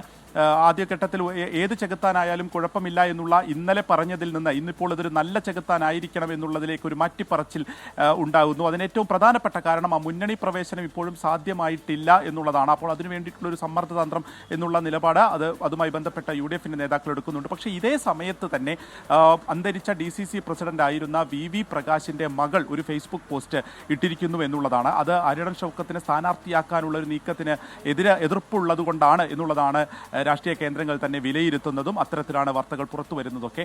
അതൊരു വൈകാരിക കുറിപ്പാണ്. ആ കുറിപ്പ് കൂടി വിജയകുമാർ ഒന്ന് വായിക്കേണ്ടതുണ്ട്. അച്ഛൻ്റെ ഓർമ്മകൾക്ക് മരണമില്ല, ജീവിച്ചു മരിച്ച അച്ഛനേക്കാൾ ശക്തിയുണ്ട്, മരിച്ചിട്ടും എൻ്റെ മനസ്സിൽ ജീവിക്കുന്ന അച്ഛന്. അച്ഛൻ്റെ പച്ച പിടിച്ച ഓർമ്മകൾ ഓരോ നിലമ്പൂരുകാരുടെയും മനസ്സിൽ എരിയുന്നുണ്ട്. അതൊരിക്കലും കെടാത്ത തീയായി പടർന്നുകൊണ്ടിരിക്കും, ആ ഓർമ്മകൾ മാത്രം മതി എന്നുള്ളതാണ് ആ വരികൾ. അദ്ദേഹത്തിൻ്റെ VV പ്രകാശിൻ്റെ ഫോട്ടോ ഉൾപ്പെടെ ഉള്ള വെച്ചിട്ടാണ് ഫേസ്ബുക്ക് ഇതിൽ പറഞ്ഞിരിക്കുന്നത്. അപ്പോൾ 2021 VV പ്രകാശ് സ്ഥാനാർത്ഥിയാകുന്ന ആ ഒരു ഘട്ടത്തിലടക്കം അരിടൻ ഷൗക്കത്തുമായിട്ടുള്ള ചില പിണക്കങ്ങൾ, അതിൽ ഷൗക്കത്തിനുണ്ടായിരുന്ന ചില പ്രയാസങ്ങൾ, അതിനു മുൻപ് 2016 VV പ്രകാശിനെ പരിഗണിച്ചത് DCC പ്രസിഡന്റ് ആക്കുന്നതിലുള്ള എതിർപ്പൊക്കെ അന്ന് തന്നെ അത് പരസ്യമായിട്ട് വരികയും കുടുംബത്തിന് അതിലുള്ള ചില അസ്വാരസ്യങ്ങളൊക്കെ പുറത്തു വന്നിരുന്നു. ഇപ്പോൾ 2025 ഈ ഒരു സ്ഥാനാർത്ഥി നിർണയ ചർച്ചകൾ അതിൻ്റെ ഏറ്റവും നിർണായക ഘട്ടത്തിലെത്തി നിൽക്കുന്ന സമയത്താണ് നന്ദന പ്രകാശ് ഇത്തരത്തിലൊരു ഫേസ്ബുക്ക് പോസ്റ്റ് ഇട്ടിരിക്കുന്നത് എന്നുള്ളതും വളരെ ശ്രദ്ധേയമായിട്ടുള്ള ഒരു കാര്യമാണ്. ഇപ്പോഴും ആ ഒരു ഒറ്റ പേര് ആരുടെ പേരായിരിക്കും പുറത്തേക്ക് വരിക എന്നതിനെ സംബന്ധിച്ചിട്ടുള്ള ഒരു നിർണായകമായിട്ടുള്ള ഒരു കാര്യത്തിൽ തന്നെയാണ് ഇപ്പോൾ അരിടൻ ഷൗക്കത്തിൻ്റെ വീട്ടിൽ ഉൾപ്പെടെ ഒരുപാട് നേതാക്കൾ ഉൾപ്പെടെ ഉള്ളവർ വന്നിട്ടുണ്ട്. ഇവിടെയും ആ ഒരു പരിസരം അത്തരത്തിൽ അങ്ങനെ കലുഷിതമായി തന്നെ നിൽക്കുകയാണ്. വിജയകുമാർ, എന്താണ് UDF ക്യാമ്പിൽ സംഭവിക്കുന്നത് എന്ന് നിരീക്ഷിക്കുകയാണ് ഇടതുമുന്നണി. അതിനനുസരിച്ചായിരിക്കും അവരുടെ സ്ഥാനാർത്ഥി പ്രഖ്യാപനം സംബന്ധിച്ച തീരുമാനങ്ങളൊക്കെ ഉണ്ടാവുക എന്ന വിവരം കൂടി വരുന്നുണ്ട്. എന്തായാലും ഇന്ന് കോൺഗ്രസ് സ്ഥാനാർത്ഥിയെ പ്രഖ്യാപിക്കുമെന്ന് തന്നെയാണ് കോൺഗ്രസ് നേതാക്കളൊക്കെ പറയുന്നത്. അപ്പോൾ കൊച്ചിയിൽ നടക്കുന്ന യോഗത്തിന് ശേഷം ഹൈക്കമാൻഡിലേക്ക് ഒറ്റപ്പേര് പോവുകയും വൈകുന്നേരത്തോടെ അല്ലെങ്കിൽ ഉച്ചയ്ക്ക് ശേഷം പ്രഖ്യാപനം ഉണ്ടാവുകയും ചെയ്യും എന്ന് കരുതുന്നു. ഇനിയിപ്പോൾ അൻവർ ഉയർത്തുന്ന പ്രശ്നം അത് സങ്കീർണമാകുന്നു എങ്കിൽ എന്തായിരിക്കും എന്നത് അറിയേണ്ടതുണ്ട്. അതേസമയം നിലമ്പൂരിലെ സ്ഥാനാർത്ഥി നിർണയത്തിൽ ഈ അതൃപ്തിയൊക്കെ പറയുമ്പോൾ അൻവർ ചില നിർണായക നീക്കങ്ങൾ അതിനായി തയ്യാറെടുക്കുകയാണ്. ഇപ്പോഴത്തെ സാഹചര്യങ്ങൾ വിലയിരുത്താൻ തൃണമൂൽ കോൺഗ്രസിൻ്റെ ഒരു യോഗം ഇന്ന് ചേരുന്നുണ്ട്. സ്വന്തം നിലയിൽ സ്ഥാനാർത്ഥിയെ നിർത്തണോ എന്നതുൾപ്പെടെ ചർച്ചയാകുന്നുണ്ട്. ഒപ്പം നിൽക്കുന്നവരെ വിളിച്ചിരിക്കുകയാണ് PV അൻവർ. അവരുമായി ആലോചിച്ച് തുടർ നടപടികൾ എന്നാണ് മനസ്സിലാക്കാൻ കഴിയുന്നത്. ശ്രീജിത്ത് ശ്രീകുമാരൻ വിശദാംശങ്ങളുമായി ചേരുന്നു. ശ്രീജിത്ത്, എന്താണ് PV അൻവറിൻ്റെ അടുത്ത നീക്കം എന്നത് വലിയ രാഷ്ട്രീയ കൗതുകമാണ്. നിലമ്പൂരിൽ വീണ്ടും മത്സരരംഗത്തിറങ്ങുമോ എന്നൊക്കെ അൻവറിനോട് ചോദിക്കുമ്പോൾ അൻവർ അതൊന്നും തള്ളാതെ ഒരു ചിരിയിൽ ഒതുക്കുകയാണ്. അപ്പോൾ അൻവറിനെ കേന്ദ്രീകരിച്ചാണ് അവിടെ ഈ തെരഞ്ഞെടുപ്പ് പ്രഖ്യാപനത്തിന് ശേഷം ചർച്ചകളാകെ നടക്കുന്നത്. എന്താണ് ഇന്നത്തെ വൈകിട്ടത്തെ യോഗത്തിൻ്റെ ഒരു രാഷ്ട്രീയ പ്രാധാന്യം, ശ്രീജിത്ത്? വിജയകുമാർ, ഇന്നലെ വരെ മരുമോനിസത്തിനും അതുപോലെ തന്നെ പിണറായിസത്തിനുമെതിരെ ഏത് ചെകുത്താൻ മത്സരിച്ചാലും അവരെ പിന്തുണയ്ക്കുമെന്ന് പറഞ്ഞ PV അൻവർ ഇന്ന് പൊടുന്നനെ ഒരു നിലപാട് മാറ്റം, അല്ലെങ്കിൽ അദ്ദേഹത്തിന്റെ നിലപാടിലൊരു വ്യതിയാനം സംഭവിച്ചിരിക്കുന്നു നമുക്ക് നിസ്സംശയം പറയാം. നമ്മളിപ്പോൾ നിൽക്കുന്നത് ഒതായിലെ അദ്ദേഹത്തിന്റെ വീട്ടിലാണ്, PV അൻവറിന്റെ വീട്ടിലാണ്. ഇവിടെ മഴ തിമിർത്തു പെയ്യുന്നുണ്ട്. അതിനപ്പുറത്തേക്ക് രാഷ്ട്രീയ ചർച്ചകൾക്ക് അകത്ത് ചൂട് പിടിക്കുകയാണ്. അദ്ദേഹത്തോട് അടുപ്പമുള്ള ചില പ്രധാനപ്പെട്ട ആളുകളൊക്കെ തന്നെ ഇവിടെ എത്തിച്ചേർന്നിട്ടുണ്ട്. അവർ പരസ്പരം ചർച്ച ചെയ്യുന്നുണ്ട്. അവർ ഈ ആര്യാടൻ ഷൗക്കത്ത് ഷൗക്കത്ത് എന്നൊരു പേരിലേക്ക് എത്തുന്നതിൽ അതൃപ്തി പരസ്യമായും തന്നെ പറയുന്നുണ്ട് ചില ആളുകൾ. അത് ദോഷം ചെയ്യും. ആ സ്ഥാനാർത്ഥിക്ക് ആ മണ്ഡലത്തിൽ ഒരുപക്ഷെ വിജയസാധ്യത കുറവാണ് എന്ന തരത്തിലാണ് തൃണമൂലിൻ്റെയും അൻവറിൻ്റെയും ഒക്കെ അനുകൂലികൾ ഈ ഒരു ഘട്ടത്തിൽ പറഞ്ഞു വെക്കുന്നത്. അതാണ് വീണ്ടും നമ്മൾ എടുത്തു ചോദിച്ചത്. ഇന്നലെ വരെ ഏത് ചെകുത്താനെയും പിന്തുണയ്ക്കും, പിണറായിസ്റ്റിനും കമ്മ്യൂണിസ്റ്റിനുമെതിരെ, ക്ഷമിക്കണം, പിണറായിസ്റ്റിനും മരുമോനിസ്റ്റിനുമെതിരെ രംഗത്ത് വന്ന ഏത് സ്ഥാനാർത്ഥിയെയും പിന്തുണയ്ക്കുമെന്ന് പറഞ്ഞ പി വി അൻവർ ഇന്ന് പക്ഷേ പറയുന്നത് ചെകുത്താനിലെ നല്ല ചെകുത്താനെ പിന്തുണയ്ക്കും, നന്മയുള്ള ചെകുത്താനെ പിന്തുണയ്ക്കും, മുസ്ലിം മതാചാര പ്രകാരം നല്ല ജിന്ന് എന്നൊന്നുണ്ട് എന്നാണ് അദ്ദേഹം പറഞ്ഞു വെക്കുന്നത്. എന്തായാലും മത്സരിക്കുമോ ഇല്ലയോ എന്ന കാര്യത്തെക്കുറിച്ച് അതൊന്നും ഇപ്പോൾ പറയാനാകില്ല. അദ്ദേഹത്തിന് പിന്തുണയുണ്ടോ, ഈ ആര്യാടൻ ഷൗക്കത്താണ് സ്ഥാനാർത്ഥിയെങ്കിൽ അദ്ദേഹത്തിന് പിന്തുണയുണ്ടോ എന്ന ചോദ്യത്തിനും മറുപടിയില്ല. അതിനുശേഷമാണ് അദ്ദേഹം ഒരു വിവാഹ ചടങ്ങിനാണ് എന്ന് പറഞ്ഞാണ് അല്പസമയം മുൻപ് ഒതായിലെ വീട്ടിൽ നിന്ന് പോയിട്ടുള്ളത്. അതിനുശേഷമാണ് വൈകിട്ടോടുകൂടി ഒരു യോഗം എന്ന തരത്തിലേക്ക് തൃണമൂൽ കോൺഗ്രസിന്റെ പ്രവർത്തകർ അല്ലെങ്കിൽ അൻവർ അനുകൂലികൾ ഈ ഒരു ഘട്ടത്തിൽ തയ്യാറായിരിക്കുന്നത്. അവർ വൈകുന്നേരം യോഗം ചേരും. ഇക്കാര്യത്തിൽ ഒരു അന്തിമ തീരുമാനം ഒരുപക്ഷെ സമ്മർദ്ദതന്ത്രം എന്ന തരത്തിലേക്ക് വേണമെങ്കിൽ വ്യാഖ്യാനിക്കാം. UDF പ്രവേശനം വൈകുന്നുണ്ട്. ഇപ്പോഴും സീറ്റ് പോലും കിട്ടിയിട്ടില്ല. ഒരു ചവിട്ടി നിൽക്കാൻ പോലുള്ള ഒരു സംവിധാനം ഉണ്ടായിട്ടില്ല. അതെങ്കിലും വേണമെന്ന ഒരാവശ്യം ഉന്നയിക്കും. അതാണ് ഏതായാലും ശ്രീത്ത് സൂചിപ്പിച്ചതുപോലെ ചില ചോദ്യങ്ങളോട് അർത്ഥഗർഭമായ ഒരു മൗനമാണ് പി വി അൻവർ പുലർത്തുന്നത്. അതാണ് കോൺഗ്രസിനെ UDF-നെയൊക്കെ അസ്വസ്ഥപ്പെടുത്തുന്നത്. അത് സമ്മർദ്ദതന്ത്രമാണോ, അതിനപ്പുറത്തേക്ക് എന്തെങ്കിലും പുതിയ നീക്കങ്ങൾക്ക് അൻവർ തയ്യാറെടുക്കുന്നുണ്ടോ? എന്തായാലും അൻവറിനെ പിണക്കണം എന്ന് ഈ ഘട്ടത്തിൽ UDF കരുതുന്നില്ല. ഒരുമിച്ച് എങ്ങനെ മുന്നോട്ട് പോകാം എന്നതിനെ പറ്റിയുള്ള ആലോചനകൾ ഇപ്പോൾ കൊച്ചിയിൽ നടക്കുന്ന യോഗത്തിൽ ഉണ്ടാകുന്നു എന്ന വിവരമൊക്കെ വരുന്നുണ്ട്. എന്തായാലും നമുക്ക് കാത്തിരിക്കാം എന്താണ് UDF ക്യാമ്പിൽ നടക്കാൻ പോകുന്നത് എന്ന്. ശ്രീജിത്ത് ശ്രീകുമാരനാണ് ഇന്ന് വൈകിട്ട് ചേരാൻ പോകുന്ന അൻവർ അനുകൂലികളുടെ യോഗത്തിന്റെ വിവരങ്ങൾ ഈ ഘട്ടത്തിൽ പങ്കുവച്ചത്. കരിവന്നൂർ തട്ടിപ്പുമായി ബന്ധപ്പെട്ട ആ കുറ്റപത്രത്തിലെ ചില വിവരങ്ങൾ കൂടി വരുന്നുണ്ട്. പ്രതികൾക്ക് അന്യായമായി ലോൺ സമ്പാദിച്ച് ബാങ്കിനെ ചതിക്കാൻ ഈ പ്രതികളിൽ ചിലർ കൂട്ടുനിന്നു എന്നൊക്കെയുള്ള വിവരങ്ങൾ വരുന്നുണ്ട്. അപ്പോൾ 2016-18 കാലഘട്ടത്തിൽ തൃശ്ശൂർ ജില്ലാ സെക്രട്ടറി ആയിരിക്കെ പ്രതികൾക്ക് അനധികൃത ലോൺ തരപ്പെടുത്തുന്നതിന് കെ രാധാകൃഷ്ണൻ ഇടപെട്ടു എന്നാണ് കുറ്റപത്രം പറയുന്നത്. CPM-ന് അനധികൃത മാർഗത്തിലൂടെ ഫണ്ട് സ്വരൂപിക്കാനായിരുന്നു ഈ ഇടപെടൽ നടത്തിയത് എന്നാണ് കുറ്റപത്രത്തിൽ പറയുന്നത്. AC മൊയ്തീൻ കരുവന്നൂർ സഹകരണ ബാങ്ക് വഴി കള്ളപ്പണം വെളുപ്പിക്കുന്നതിന് കൂട്ടുനിന്നു എന്ന് കുറ്റപത്രം പറയുന്നു. റോഷൻ നാരായണൻ, വർഗീസ് MS എന്നിവരെ കള്ളപ്പണം വെളുപ്പിക്കാൻ അദ്ദേഹം സഹായിച്ചു എന്നാണ് ED പറയുന്നത്. ഇതിനായി കരുവന്നൂർ സഹകരണ ബാങ്കിലെ ഉദ്യോഗസ്ഥരെ സ്വാധീനിച്ചു എന്ന വിവരമുണ്ട്. അനധികൃത വായ്പ അനുവദിക്കുന്നതിനെ പറ്റി മുൻ ജില്ലാ സെക്രട്ടറി MM വർഗീസിന് അറിവുണ്ടായിരുന്നു. അനധികൃത വായ്പ ലഭിക്കുന്നതിന് പ്രതികൾക്ക് സഹായം ചെയ്തു നൽകി. പാർട്ടിക്ക് അനധികൃതമായി ഫണ്ട് സ്വരൂപിക്കുന്നതിന് വേണ്ടി MM വർഗീസ് വഴിവിട്ടിടപെട്ടു. അത്തരം വിവരങ്ങളാണ് കുറ്റപത്രത്തിലുള്ളത്. കുറ്റപത്രത്തിന്റെ വിശദാംശങ്ങൾ വന്നുകൊണ്ടിരിക്കുകയാണ്. നിലമ്പൂരിലെ NDA സ്ഥാനാർത്ഥിയുടെ കാര്യത്തിൽ ഇന്ന് തീരുമാനമെടുക്കുമെന്ന് BJP സംസ്ഥാന അധ്യക്ഷൻ രാജീവ് ചന്ദ്രശേഖർ. വിഷയം ചർച്ച ചെയ്യാൻ NDA യോഗം ചേരും. ഇതുവരെ BJPക്ക് കാര്യമായ മുന്നേറ്റം ഉണ്ടാക്കാൻ കഴിയാത്ത മണ്ഡലം എന്ന നിലയിൽ സാഹചര്യം വിശദമായി പരിശോധിക്കുമെന്നും രാജീവ് ചന്ദ്രശേഖർ പറഞ്ഞു. BJP കോർ കമ്മിറ്റി അതിൽ ഞങ്ങൾ ഡിസ്കസ് ചെയ്തു. ഇന്ന് ഞങ്ങൾ NDA-ൻ്റെ ഒപ്പം ഇരുന്ന് തീരുമാനിക്കും എന്താണ് ചെയ്യേണ്ടത്, എന്താണ് ഞങ്ങളുടെ സ്ട്രാറ്റജി. ഈ 8 മാസം 7 മാസം ഒരു റിമൈനിങ് ടേം ഒരു ഇലക്ഷൻ കാണുന്നത് ഒരു അനാവശ്യമായ ഒരു ഇലക്ഷനാണ്. കാശ് വേസ്റ്റ് ചെയ്യുന്ന ഒരു ഇലക്ഷനാണ്. അത് സൃഷ്ടിച്ചതും ഇവർ LDF-ഉം UDF-ഉം തമ്മിലാണല്ലോ ഈ ഇലക്ഷൻ ബൈ ഇലക്ഷൻ നടക്കുന്നത്. അതുകൊണ്ട് ഇതെല്ലാം ഇത് മനസ്സിൽ വെച്ച് ഞങ്ങൾ തീരുമാനിക്കും. മറ്റ് റിപ്പോർട്ടുകളിലേക്ക്. സംസ്ഥാനത്ത് മഴക്കെടുതിയിൽ 2 മരണം. തൃശൂർ വടക്കാഞ്ചേരിയിൽ വീട്ടമ്മ ഷോക്കേറ്റു മരിച്ചു. നിലമ്പൂർ വല്ലപ്പുഴയിൽ മീൻ പിടിക്കാൻ പോയ മധ്യവയസ്കനെ തോട്ടിൽ മരിച്ച നിലയിൽ കണ്ടെത്തി. മൂവാറ്റുപുഴയിൽ ഒരാളെ ഒഴുക്കിൽപ്പെട്ട് കാണാതായി.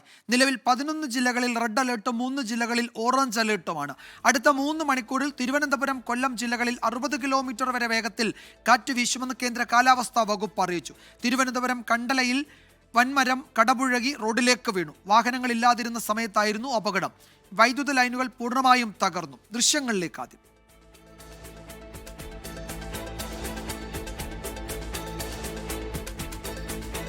അശ്വിൻ പാലാഴി വിവരങ്ങൾ നൽകും തിരുവനന്തപുരത്ത് നിന്ന്. അശ്വിൻ, സംസ്ഥാനത്ത് വടക്കൻ കേരളത്തിലും മധ്യ കേരളത്തിലും കനത്ത മഴയാണ്. ഏറ്റവും ഒടുവിലത്തെ കാലാവസ്ഥാ റിപ്പോർട്ടിലും റെഡ് അലേർട്ട് തുടരും, നാളെയും മഴ തുടരും എന്നാണ്. എന്താണ് വിവിധ ജില്ലകളിൽ നിന്ന് കിട്ടുന്ന റിപ്പോർട്ടുകൾ? എത്രത്തോളം മുൻകരുതലുകൾ എടുത്തിട്ടുണ്ട്? എന്താണ് പുതിയ വിവരങ്ങൾ? ജിയോമാർ, അതിശക്തമായ മഴ വരും ദിവസങ്ങളിൽ തുടരുമെന്നുള്ള മുന്നറിയിപ്പ് വരുന്നതിന് പിന്നാലെയാണ് പലയിടങ്ങളിലും ഈ വലിയ നാശനഷ്ടങ്ങൾ റിപ്പോർട്ട് ചെയ്യുന്നത്. പലയിടങ്ങളിലും കടലാക്രമണം രൂക്ഷമാകുന്നു എന്നുള്ള റിപ്പോർട്ട് അല്പസമയം മുമ്പ് എത്തിയിട്ടുണ്ട്. അതുകൊണ്ട് തന്നെ തീരപ്രദേശത്തുള്ളവർക്ക് അതീവ ജാഗ്രതാ നിർദ്ദേശമാണ് അല്പസമയം മുമ്പ് നൽകിയിരിക്കുന്നത്. അതിനു പുറമെയാണ് ഈ പല പ്രദേശങ്ങളിലും വലിയ മരങ്ങൾ റോഡിലേക്കും വീടിന് മുകളിലേക്കുമൊക്കെ കടപുഴകി വീഴുന്ന ഒരു സാഹചര്യം കൂടിയുള്ളത്. നമ്മളിപ്പോൾ ദൃശ്യങ്ങളിൽ കണ്ടത് കാട്ടാക്കട കണ്ടലയിലെ ഒരു അപകടത്തിൻ്റെ ദൃശ്യമാണ്. വലിയൊരു മരമാണ്, അത് റോഡിലേക്ക് കടപുഴകി വീഴുന്നതിൻ്റെ CCTV ദൃശ്യങ്ങളാണ് പുറത്തു വന്നിട്ടുള്ളത്. ഈ അപകടമുണ്ടാകുന്ന ഈ മരം വീഴുന്ന സമയത്ത് റോഡിൽ വാഹനങ്ങളോ ആളുകളോ ഇല്ലാതിരുന്നത് വലിയ അപകടമാണ് ഒഴിവാക്കിയത്. ശക്തമായ മഴയായിരുന്നതുകൊണ്ട് തന്നെ ഇരുചക്ര വാഹനങ്ങളെല്ലാം റോഡ് സൈഡിലേക്ക് മാറ്റിവെച്ചിരുന്നു. ഒപ്പം വാഹന ഗതാഗതവും പൊതുവെ കുറവായിരുന്നു. ആ മരം പൂർണ്ണമായും റോഡിലേക്ക് വീണു. വൈദ്യുതി ലൈനുകൾ, വൈദ്യുതി പോസ്റ്റുകളെല്ലാം സമീപ പ്രദേശങ്ങളിലെല്ലാം തകർന്നിട്ടുണ്ട്. അതിപ്പോഴും മരം പൂർണ്ണമായി മുറിച്ചു മാറ്റാനായിട്ടില്ല റോഡിൽ നിന്ന്. അത് മാറ്റാനുള്ള ശ്രമങ്ങൾ തുടരുന്നുണ്ട്. ഒപ്പം വൈദ്യുതി ബന്ധം പുനഃസ്ഥാപിക്കാനുള്ള ശ്രമങ്ങളും KSEBിയുടെ ഭാഗത്തു നിന്ന് തുടരുകയാണ്. അതിനിടെയാണ് ഈ പൂത്തുറ ഭാഗങ്ങളിലെല്ലാം വലിയ രീതിയിൽ കടലാക്രമണം ഉണ്ടാകുന്നു എന്നുള്ള ഒരു വാർത്ത കൂടി വരുന്നത്. റോഡുകളിലേക്ക്, തീരദേശ റോഡുകളിലേക്ക് വൻ ശക്തിയോടെ തിരമാലകൾ അടിച്ചു കയറുന്നു എന്നുള്ള റിപ്പോർട്ടാണ് പുറത്തു വരുന്നത്. എന്തായാലും അതീവ ജാഗ്രതാ നിർദ്ദേശമാണ് നിലവിൽ എല്ലാ ജില്ലകളിലും നൽകിയിട്ടുള്ളത്. വൈകുന്നേരത്തോടു കൂടി മഴ ശക്തിയാകും എന്നുള്ള ഒരു അറിയിപ്പ് കൂടി വന്നിട്ടുണ്ട്. വിജയകുമാർ. യെസ്, വിവരങ്ങൾ നൽകുകയായിരുന്നു അശ്വിൻ പാലാഴി. ഇപ്പോഴിതാ കാറിന് മുകളിൽ മരം വീണൊരു അപകടം ഉണ്ടായിരിക്കുന്നു. കാഞ്ഞിരമറ്റത്താണ്. 4 അംഗ കുടുംബം രക്ഷപ്പെട്ടു, അവർക്ക് അപകടമൊന്നും സംഭവിച്ചില്ല എന്ന ഒരു വിവരമുണ്ട്. ചാലക്കപ്പാറ മേലോത്ത് റോഡിലാണ് അപകടം. സിജു, ഭാര്യ, കുട്ടികൾ, ഇത്രയും ആളുകൾ ആ വാഹനത്തിലുണ്ടായിരുന്നു. പക്ഷേ അവരൊക്കെ പരിക്കേൽക്കാതെ അത്ഭുതകരമായി രക്ഷപ്പെട്ടു എന്നൊരു ആശ്വാസം കൂടിയുണ്ട്. അല്പസമയം മുമ്പ് കനത്ത മഴയും കാറ്റുമുണ്ടായി. ആ സമയത്താണ് ഈ അപകടം സംഭവിച്ചത്. കൊച്ചി തീരത്തിന് സമീപം ലൈബീരിയൻ കപ്പൽ മുങ്ങിയ സംഭവത്തിൽ മുഖ്യമന്ത്രിയുടെ നേതൃത്വത്തിൽ ഉന്നതതല യോഗം ചേർന്ന സാഹചര്യങ്ങൾ വിലയിരുത്തി. തീരപ്രദേശത്തുള്ളവരും മത്സ്യത്തൊഴിലാളികളും ജാഗ്രത പാലിക്കണമെന്ന് മുഖ്യമന്ത്രി നിർദ്ദേശം നൽകി. ഇപ്പോൾ കൊല്ലം തീരത്തടിഞ്ഞ കണ്ടെയ്നറുകളുടെ ആകാശ ദൃശ്യങ്ങൾ 24 ലഭ്യമായിട്ടുണ്ട്. ആദ്യം ആ ദൃശ്യങ്ങളിലേക്ക്.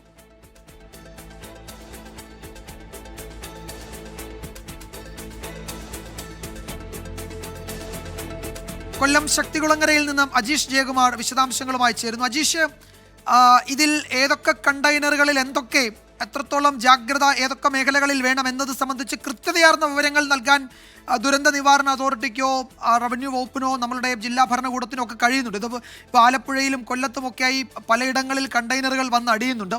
ഇതിൽ ഏതൊക്കെയാണ് അപകടകരമായത്, നമ്മൾ എത്രത്തോളം ജാഗ്രത ഏതൊക്കെ മേഖലകളിൽ പാലിക്കണമെന്നതിൽ ഇനിയൊരു വ്യക്തത വന്നിട്ടില്ലല്ലോ. അത് അത്തരമൊരു ഉറപ്പിലേക്ക് എത്താൻ സമയമായിട്ടുണ്ടോ? വിജയകുമാർ, ഞാനിപ്പോൾ നിൽക്കുന്നത് ശക്തികുളങ്ങര ഹാർബറിന്റെ തീരത്തുള്ള ഒരു തീരപ്രദേശമാണ്. ഇവിടെ ഏതാണ്ട് 4 കണ്ടെയ്നറുകളാണ് ഇവിടെ അടിഞ്ഞിട്ടുള്ളത്. ഇതിൽ പ്രധാനമായും ഹാനികരമായിട്ടുള്ള ഒരു കണ്ടെയ്നറും ഇവിടെ ഇല്ല. കാരണം ഇവിടെ അടിഞ്ഞതിൽ പ്രധാനമായിട്ട് ഒരെണ്ണത്തിൽ മാത്രമാണ് അതിൽ സ്റ്റോക്ക് ഉണ്ടായിരുന്നത്. അതിൽ ഈ ചൈന ഗ്രീൻ ടീ ആയിരുന്നു ഉണ്ടായിരുന്നത്. മാത്രമല്ല ഇവിടെ വിദഗ്ധരെത്തി പരിശോധന നടത്തിയിരുന്നു. വെള്ളത്തിന്റെ സാമ്പിൾ അടക്കം അവർ ശേഖരിച്ച് കൊണ്ടുപോയിരുന്നു. മാത്രമല്ല ഇവിടെ എത്തി നടത്തിയ ഒരു പ്രാഥമിക പരിശോധനയിൽ ഇവിടെ ഹാനികരമായ ഒന്നും കലർന്നിട്ടില്ല. പക്ഷേ ഇവിടുത്തെ ഇതിനകത്തുണ്ടായിരുന്ന ചില സ്പഞ്ചുകളൊക്കെ ഉണ്ട്, അതും ഇവർ പരിശോധനയ്ക്കായി കൊണ്ടുപോയിട്ടുണ്ട്. ഏതെങ്കിലും തരത്തിൽ വെള്ളം മലിനമാക്കുന്നതാണോ ഇത് അടക്കമുള്ള കാര്യങ്ങൾ. ഈ കൊല്ലത്തിന്റെ തീരത്ത് മറ്റു ചില സ്ഥലങ്ങളിൽ നടക്കം കണ്ടെത്തിയതിൽ ഈ ടെക്സ്റ്റൈൽസ് ഉൽപ്പന്നങ്ങളുണ്ട്, അതുപോലെ മെഡിക്കൽ ഉപകരണങ്ങളുണ്ട്. അതിലൊന്നും തന്നെ ഈ ഹാനികരമായിട്ടുള്ള, നമ്മൾ ഈ നേരത്തെ ചോർന്ന് ഈ കണ്ടെയ്നറുകൾ, വെള്ളത്തിൽ പോയ കണ്ടെയ്നറുകളിൽ ഉണ്ടായിരുന്ന ഈ സിലിക്കൺ കാർബൈഡ്, അത്തരത്തിലുള്ള കെമിക്കലുകൾ ഉണ്ട് എന്നുള്ള രീതിയിൽ ഉണ്ടായിരുന്നു. പക്ഷെ അതൊന്നും ഈ ഹാർബറുകളിൽ തീരത്ത് എത്തിയിട്ടില്ല. നിലവിൽ എന്തായാലും ഈ ഭാഗത്ത് അങ്ങനത്തെ ഹാനികരമായിട്ടുള്ള കാര്യങ്ങൾ എത്തിയിട്ടില്ല എന്ന് തന്നെയാണ് നമ്മുടെ ദുരന്ത നിവാരണ അതോറിറ്റി നൽകുന്ന വിവരം. പക്ഷേ ഈ കണ്ടെയ്നറുകൾ ഇത് ഇവിടുന്ന് മാറ്റേണ്ടതുണ്ട്. അതിനു വേണ്ടിയിട്ട് കസ്റ്റംസിന്റെ അനുമതി അടക്കമുള്ള ആവശ്യമുണ്ട്. അവരുടെ ഉദ്യോഗസ്ഥരടക്കം ഇവിടെ എത്തി പരിശോധന നടത്തിയിരുന്നു. മാത്രമല്ല മുഖ്യമന്ത്രിയുടെ നേതൃത്വത്തിൽ ഉന്നതതല യോഗവും ചെയ്യുന്നിരുന്നു. ഏതെങ്കിലും തരത്തിൽ ഇനിയുള്ള മണിക്കൂറുകളിലും ഇത്തരത്തിലുള്ള കണ്ടെയ്നറുകൾ കേരളത്തിന്റെ പല തീരത്തും, പ്രത്യേകിച്ച് ആലപ്പുഴ, കൊല്ലം, തിരുവനന്തപുരത്തിന്റെ തീരങ്ങളിൽ എത്താനുള്ള സാധ്യത മുന്നിൽ കാണുന്നുണ്ട്. അങ്ങനെ എത്തുവാണെങ്കിൽ അതിന്റെ അടുത്തേക്കൊന്നും പോകരുതെന്നുള്ളൊരു നിർദ്ദേശം അവർ. ശരി അജീഷ്, ഇത് ആകാശ ദൃശ്യങ്ങളാണ്. അപ്പോൾ പല തീരത്തുമായി 10-ലധികം കണ്ടെയ്നറുകൾ വന്നിട്ടുണ്ട്. അതിൽ ഏതൊക്കെ അപകടമുള്ളത്, അപകടമില്ലാത്തത് എന്ന് തരംതിരിക്കാറായിട്ടില്ല. പരിശോധന തുടരുകയാണ്. അതിന്റെ ജാഗ്രതാ നിർദ്ദേശം ഈ തീരങ്ങളിൽ നൽകിയിട്ടുണ്ട്.